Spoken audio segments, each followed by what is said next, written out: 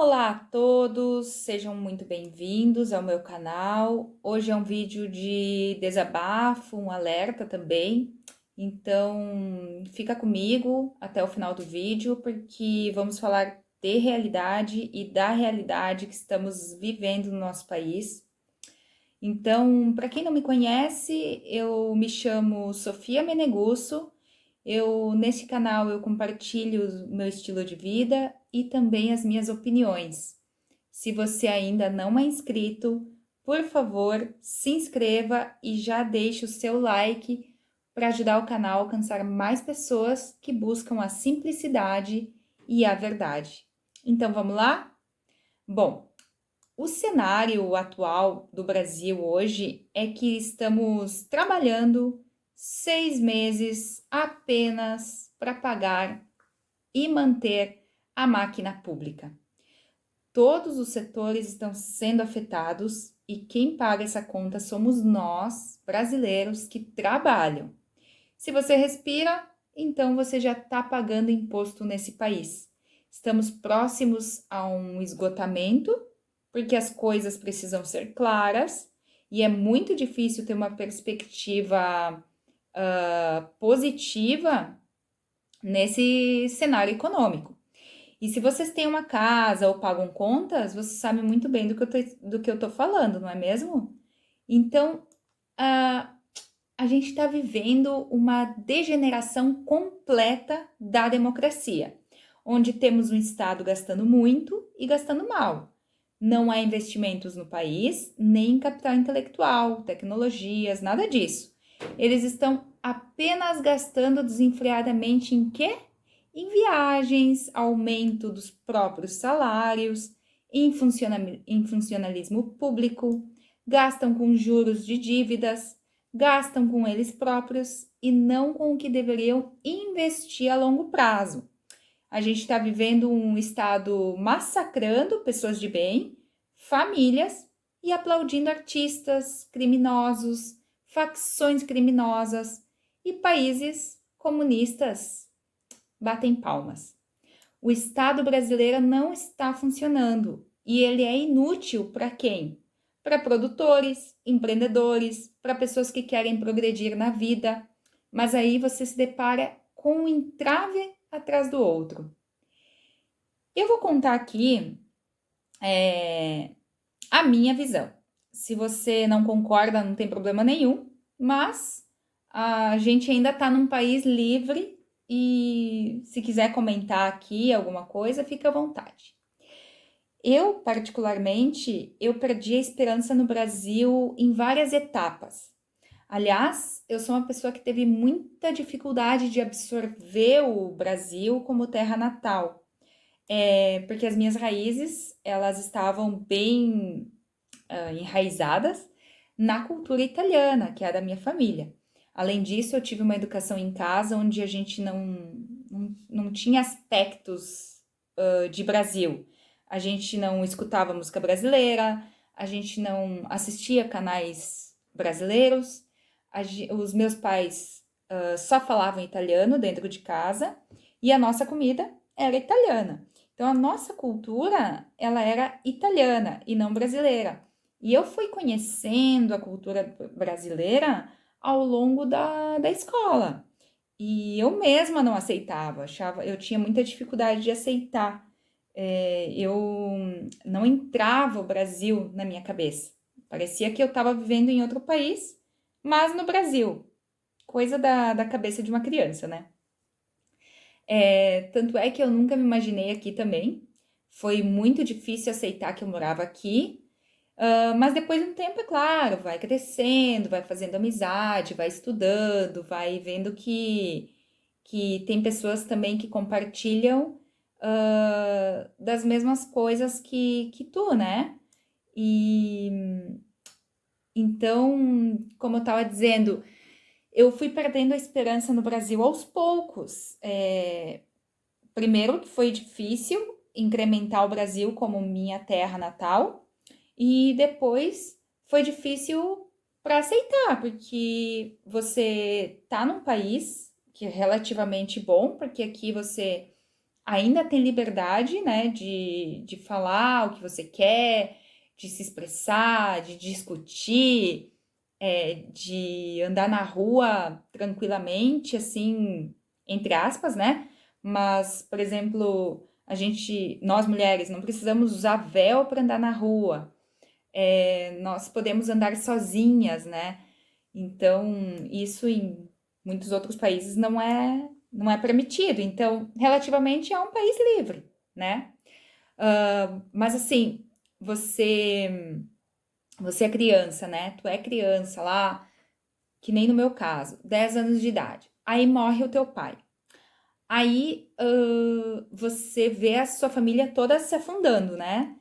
E aí o Estado, que recebeu 17 anos de pagamentos do INSS desse cidadão que morreu, diz que a sua viúva e os seus 6 filhos não têm direito a uma pensão.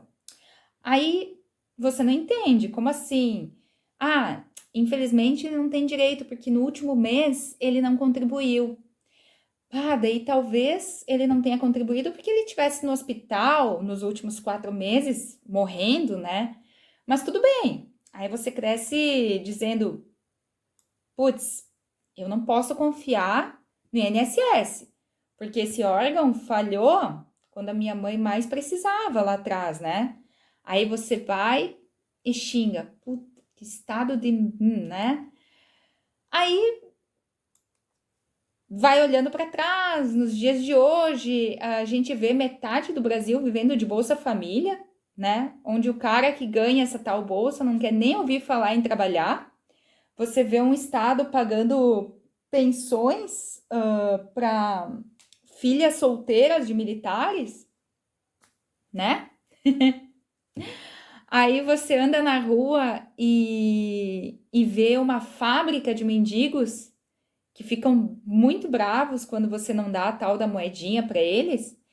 E, e eles ainda você descobre que esses mendigos eles ganham bolsas para serem mendigos, disponibilizados por quem?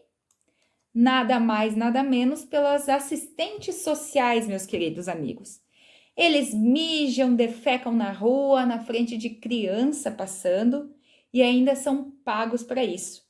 Mas você que trabalha a vida toda, vê sua mãe se descabelar para pagar um monte de conta que nem ela não sabia o que estava pagando, para manter uma família, aí você vê isso diante dos seus olhos e aí tem esperança?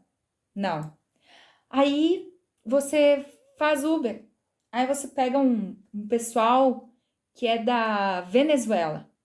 Aí você vai conversando com um, vai conversando com o outro e tal. E aí descobre que eles vêm para o Brasil, ganham tudo, ganham bolsa. Pode ver que nenhum venezuelano entra no Uber e paga com dinheiro. Ele paga no Pix. Por quê? Porque ele ganha. Ele ganha da ONU, né? Um incentivo brasileiro, né? Aí você pega uma senhora, 59 anos, que veio o ano passado para o Brasil e ela te diz na cara dura que o ano que vem ela tem direito ao recebimento da aposentadoria brasileira. Aí você indaga, mas você não contribuiu os 30 anos, né, para ter esse direito. Não interessa. A ONU disse que a gente tem direito. Não, mas você vai estar aqui só um ano. Você faz só um ano que você está aqui. Não interessa. Eu tenho direito. Então, você vai perdendo a esperança no Brasil aos poucos. É isso que eu tô dizendo. Aí você cresce mais um pouquinho, né? Voltando. Aí tu é criança, perde o pai, pá, e acontece isso com o INSS. Aí tu cresce mais um pouquinho. Aí tu vê o Estado interferindo de novo na tua vida, né? Através da fabriquinha que a tua mãe tem, porque ela montou uma fabriquinha para fazer pão, massa, doces, né? Bem simples, toda de vidro. Aí vem o Estado e diz o quê? Não. não pode ser toda de vidro. Você tem que seguir as normas que tem que ser azulejo. Aí, se eu passar aqui, aí vem o fiscal todo arrogante, porque não são fiscais normais, são fiscais muito arrogantes que tem aqui no Brasil. Eu nunca tinha visto isso em outro lugar. Aqui no Brasil eles são arrogantes. Todos os fiscais são arrogantes. Então ele vai e ele diz assim: se eu voltar aqui o mês que vem e vir a fabriquinha ali toda de vidro, eu fecho teu negócio e ainda multo. E aí tu não dorme naquele mês. Tu não consegue dormir. Aí no mês seguinte, quem que vem? O prefeito da cidade inaugurar a fábrica e dizer que é um exemplo para a Serra Gaúcha, né? Que a tua mãe é pioneira em ter uma fábrica de vidro para que todos os clientes pudessem ver a fabricação dos produtos ali na cara, né? Mas isso lá, eu tô falando lá atrás, 1997, 98, né? E aí tu começa a bugar a cabeça, porque tu não entende. Veio o fiscal no mês passado e disse que não podia. Eu vi isso. Disse que não podia, disse que ia multar. Aí no mês seguinte veio o prefeito, disse que era um exemplo. Tu é criança ainda, tu começa a bugar a cabeça. Tu não entende. Aí o Estado troca os fiscais. Aí vem novos fiscais que passaram lá no concursinho, né? Que nunca... que só saíram lá do... Como é que é? Do EJA, fizeram um concursinho público, passaram e aí viram fiscais. Eles se tornam fiscais porque eles são ruins. A meta deles é multar. E eu sei disso porque eu já vi muito fiscalzinho falando isso. Então, você perde, vai perdendo cada vez mais a esperança no Brasil, né? Aí eles vêm lá, dizem que vão fechar o teu negócio, aí tu começa a bugar, tu não dorme direito, tu não come direito, teu coração vira uma panela de pressão, né? Que tu nunca sabe quando que eles vão bater, tu não dorme, tu tem crises de pânico, e provavelmente alguém da sua família, alguém que você conhece já passou por isso, só que tem medo de falar, né? E com esse desgoverno, né? A gente tá sempre com medo.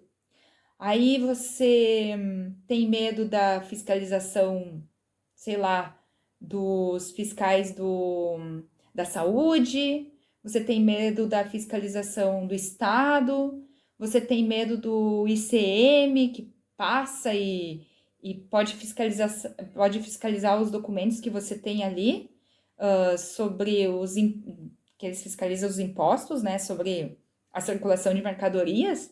Começa a entrar numa paranoia de tentar burlar o sistema, porque ou tu vai pagar todo o imposto que tu tem que pagar, né? Ou tu come. Quando tu tem um negócio grande, é outro sistema. Mas quando tu tem um negócio pequeno, tu precisa ser incentivado, né, a crescer.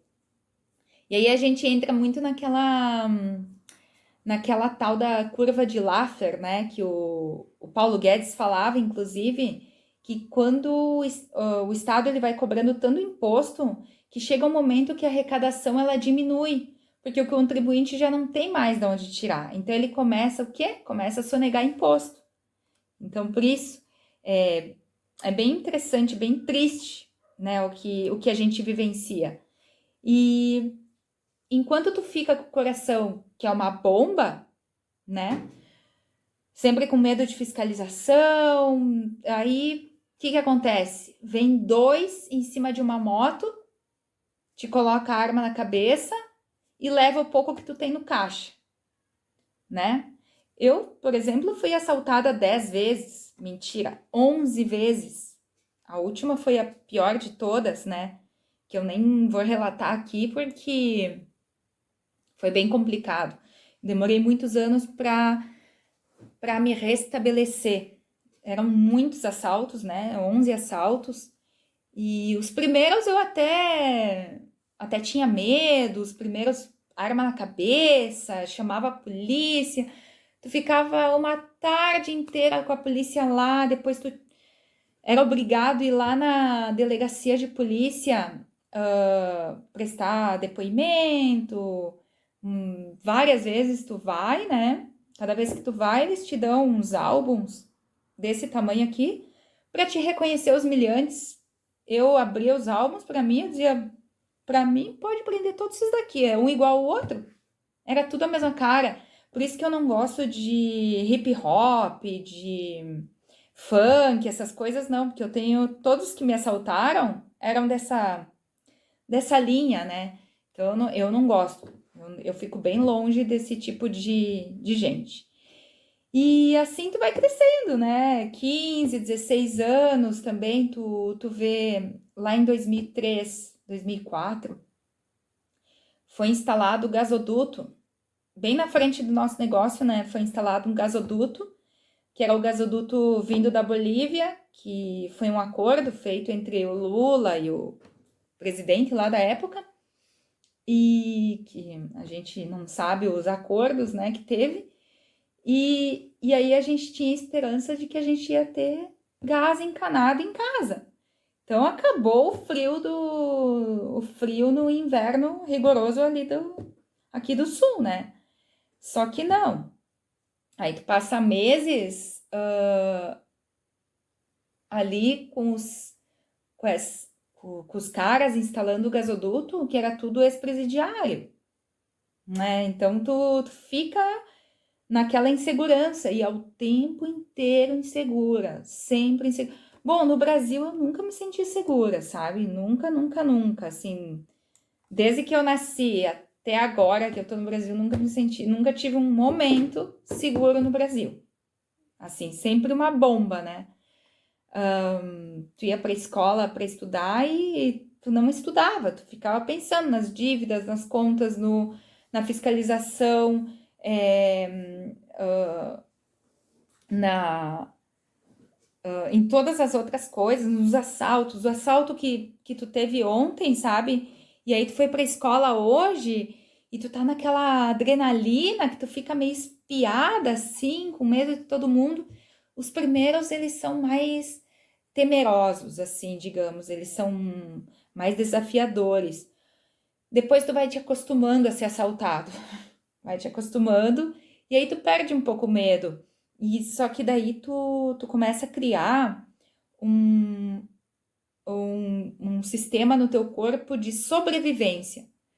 Então, tu já sabe quando tu vai ser assaltado. Então, assim, eu tinha essa intuição uns 10 minutos antes. Eu já sabia que iam assaltar. Eu não sei, é uma intuição, um sexto sentido, não sei se eu criei isso dos assaltos anteriores, alguma coisa, né? Mas eu já sabia, então eu já ficava ligada. E aí, como é que tu fica? Em estado de sobrevivência. Os teus olhos enxergam quilômetros, né? Longe, assim, enxerga muito.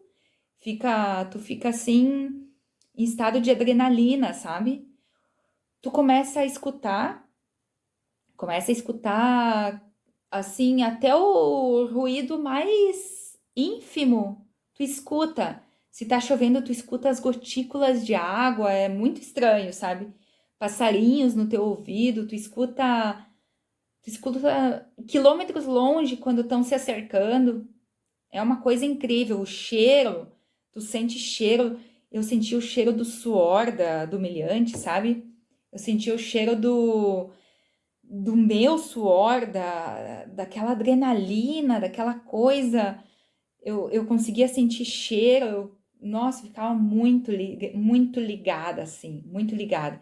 Eu tinha intuição, eu já sabia que eu ia me assaltar. Hoje eu já pressinto antes e aí eu evito, inclusive acidente. Acidente hoje em dia, eu já sei. Por exemplo, eu já sei o dia que vai dar um acidente. Então eu já nem saio de casa. Antes eu saía e me ferrava. Agora eu já sei. Opa, hoje eu não posso sair. e aí eu não saio, e aí eu evito o acidente. E é assim que eu funciono, né? O meu corpo tá sempre em estado de alerta, máximo, assim. Eu digo que hoje eu até durmo de noite, até deito, durmo, descanso. Uma vez eu não descansava.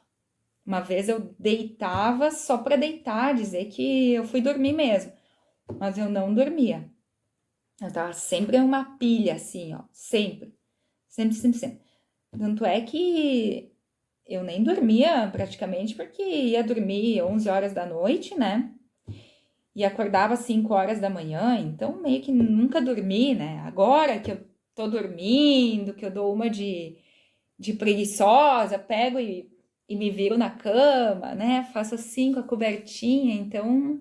Mas são muitos anos, foram muitos anos, praticamente 25 anos da minha vida perdidos, né? Perdidos mesmo. Muita adrenalina, né? Muita aqui. E a pressão da escola, a pressão que tu tem que estudar, aquela adrenalina o tempo inteiro, né? Aí depois tu consegue crescer um pouquinho e aí você vai perdendo cada dia mais as esperanças de continuar o teu negócio, né? De continuar o negócio da família. Mas daí tu tem a família depende desse negócio para estudar e pá. Aí passa mais 10 anos, até que enquanto tu trabalha e tá focado no trabalho e tal, em pagar conta, dívida, aí eles estão fazendo leis lá atrás e elas estão sendo aprovadas.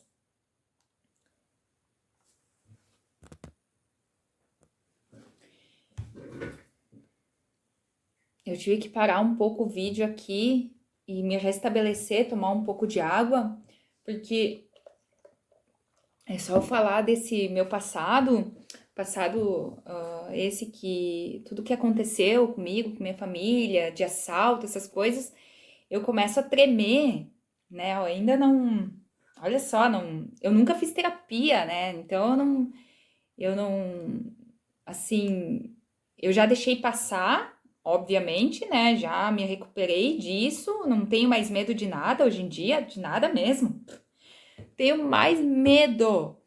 É, mas eu começo a tremer, sabe? Assim, a ficar até ansiosa. Então eu peço desculpas. Tive que tomar um pouco de água, dar uma volta, né? Me restabelecer para poder continuar o vídeo. De tão forte, né? Que foi para a época, né? Foi muito forte.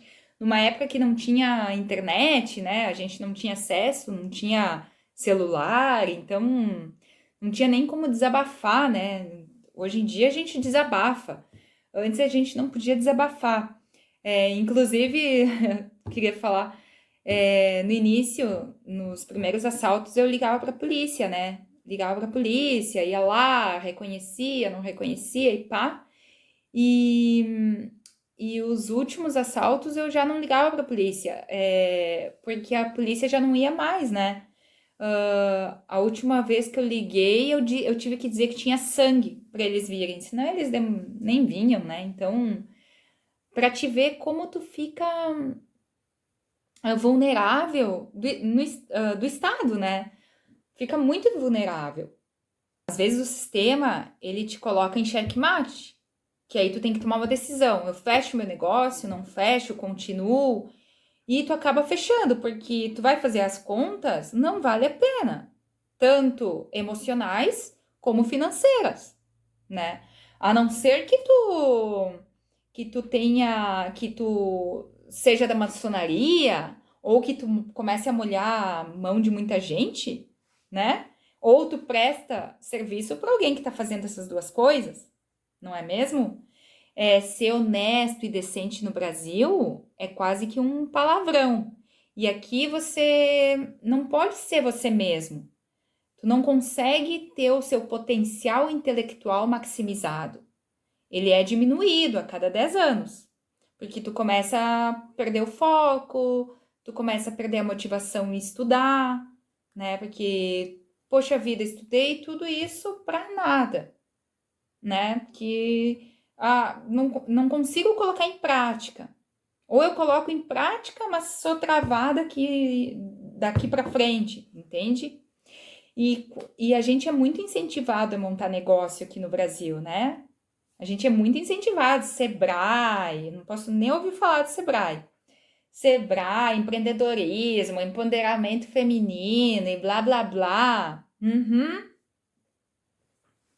A cada 10 anos tu tem uma surpresa. Para te manter o negócio, tu precisa fazer isso e isso tem um custo de 14 mil.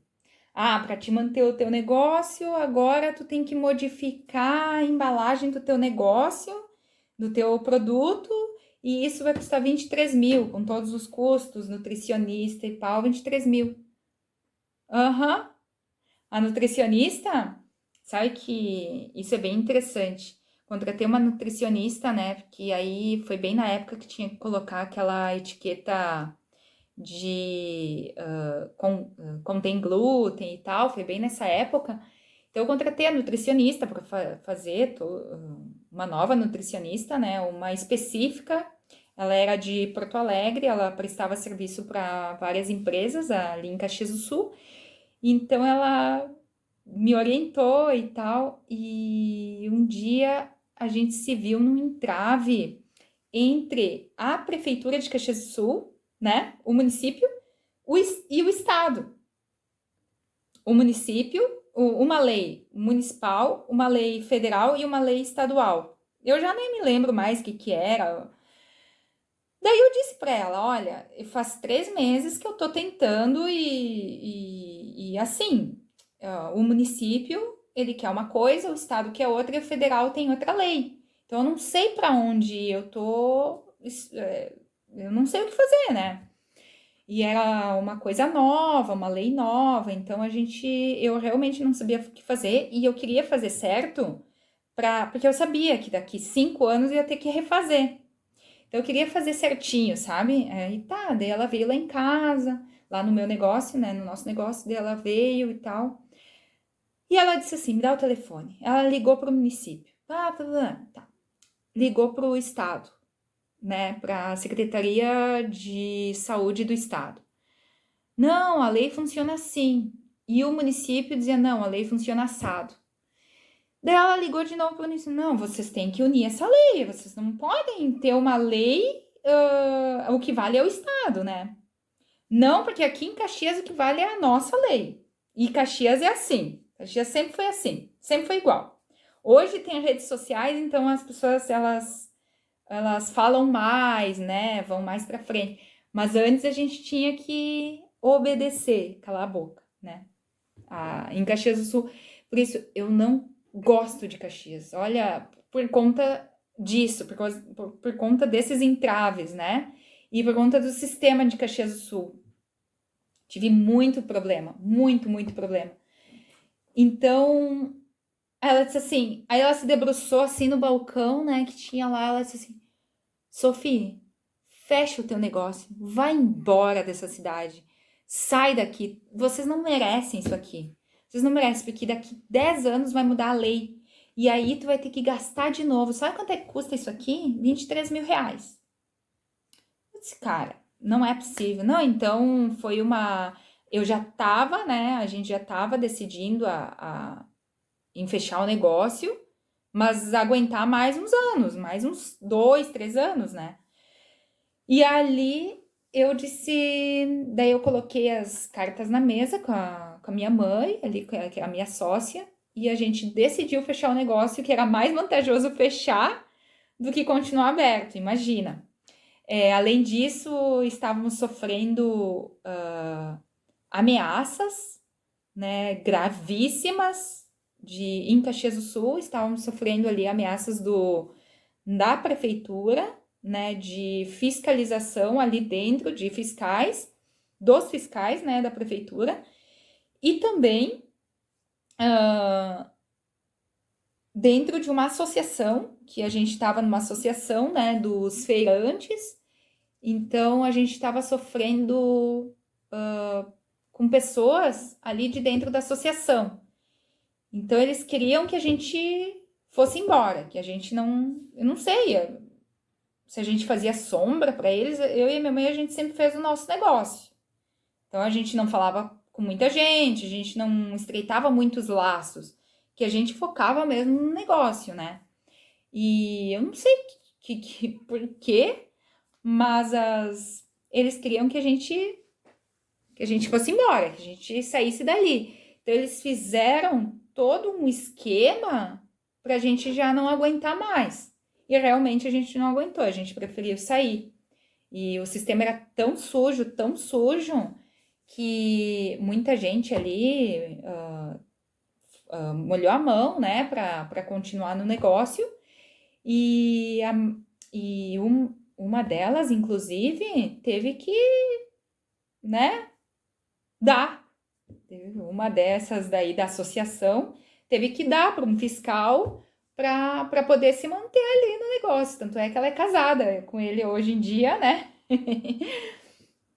E tem que aguentar, senão aquele fiscal pode ter represálias, né? Sabe que eu vi tanta coisa que eu nem queria acreditar. Imagina, eu tava ainda na faculdade ali, eu tava querendo, né, progredir também e tal.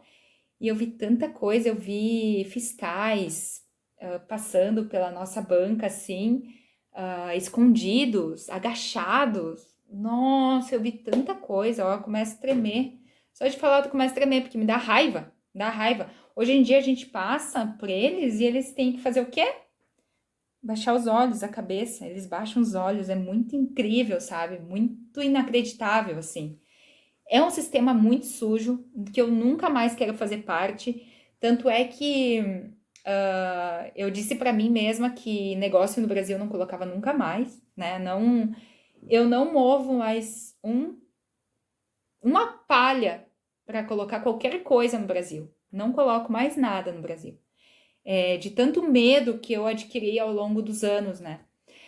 E não é uma questão só de perder a esperança, é questão dela nunca ter existido, na verdade. A esperança, ela é nossa, né? Só que ela nunca existiu, na verdade. Então, tudo é uma mentira que dura 20 anos. De 20 em 20 anos, em 20 anos ela vale, daqui 20 anos ela já não vale mais. Então, aí muda o jogo. Eu vi com meus próprios olhos a sujeira de um sistema corrupto, né? Eu sou muito nova para ver a sujeira de um sistema. Eu era muito jovem, muito fresca, muito novinha, sabe? E eu já via a corrupção, eu via a corrupção de perto. Então, eu vi pessoas invejosas, sabe? Assim, se vendendo mesmo por um punhado de migalhas, sabe? E então, assim, é muito triste tu ver isso, muito triste. Hoje eu posso falar, sabe, isso abertamente, porque já passaram 8 anos ali, desde que a gente fechou o nosso negócio, já passou 8 anos. Então agora eu posso falar abertamente, mas eu tive que me calar também por muito tempo, né? Assim, para não ter represálias enquanto a gente estivesse ali. A gente sofria ainda com isso, né? É uma realidade dura, eu sei, mas o meu objetivo aqui não é desmotivar ninguém, pelo contrário, eu apoio totalmente quem quer empreender, lutar pelo seu futuro, né, e tal. Eu acho o Brasil um país muito, muito bom no sentido de ser um país ainda com liberdade, né? Só que tem esses entraves que eles veem que às vezes tu acha que tu é um fracassado e não é. O entrave ele vem de fora para dentro. Eu também achei isso, sabe? Ah, é eu que não consigo, eu que, sabe? Mas depois de um tempo tu analisa, diz, não, não sou eu. É de fora para dentro o problema. Então aí ou tu tem um outro tipo de negócio, né? Que tu não tem tu não tem o Estado tão em cima de ti, né? Alguma coisa, não sei, também alguma coisa com indústria de aço, metalúrgica, alguma coisa assim, mas também tu precisa de funcionários, então tu vai ter ali o Estado também em cima de ti o tempo inteiro. O que nos espera, né? Um governo que gasta desenfreadamente, cobra imposto atrás de imposto para cobrir esses gastos. Inclusive, o Tribunal de Contas da União já alertou para o risco de paralisação da máquina pública até 2028, e 2028 é logo ali, né, gente? Então, ou eles cortam gastos ou eles cobram mais impostos. E a primeira opção, ela não é uma opção para eles. E para completar a inflação, né, gente, que em 30 anos o nosso querido real, ele já perdeu 90% do seu poder de compra, né? Então é uma situação que nos sufoca, que nos impede de crescer, de sonhar. E é por isso que eu tô aqui, para compartilhar essa realidade com vocês. Então, assim, se tu vai ter um negócio, não queira colocar os pés pelas mãos. Vai devagar, coloca um negócio pequenininho, vai andando bem devagarinho, vai assentando o terreno, vai provando. E eu queria compartilhar isso com vocês, né? Desculpa se o vídeo ficou muito longo, mas realmente é um desabafo. Se tu se identifica, se identificou com isso, conhece alguém que já passou por isso, que já sentiu essa realidade na pele, deixa aqui nos comentários que eu gostaria muito de saber. Talvez eu até compartilhe a sua história, manda para mim, né, a sua história para eu compartilhar com outras pessoas também, as suas experiências, as suas frustrações, né? Essa ideia também, compartilhar. Então é isso, gente. Se você ainda não se inscreveu no canal, não esqueça de se inscrever, ativa o sininho para não perder os próximos vídeos. Teu apoio é fundamental para que essa mensagem chegue a mais pessoas. E muito obrigada por assistir até aqui. A gente se vê num próximo vídeo. Até mais!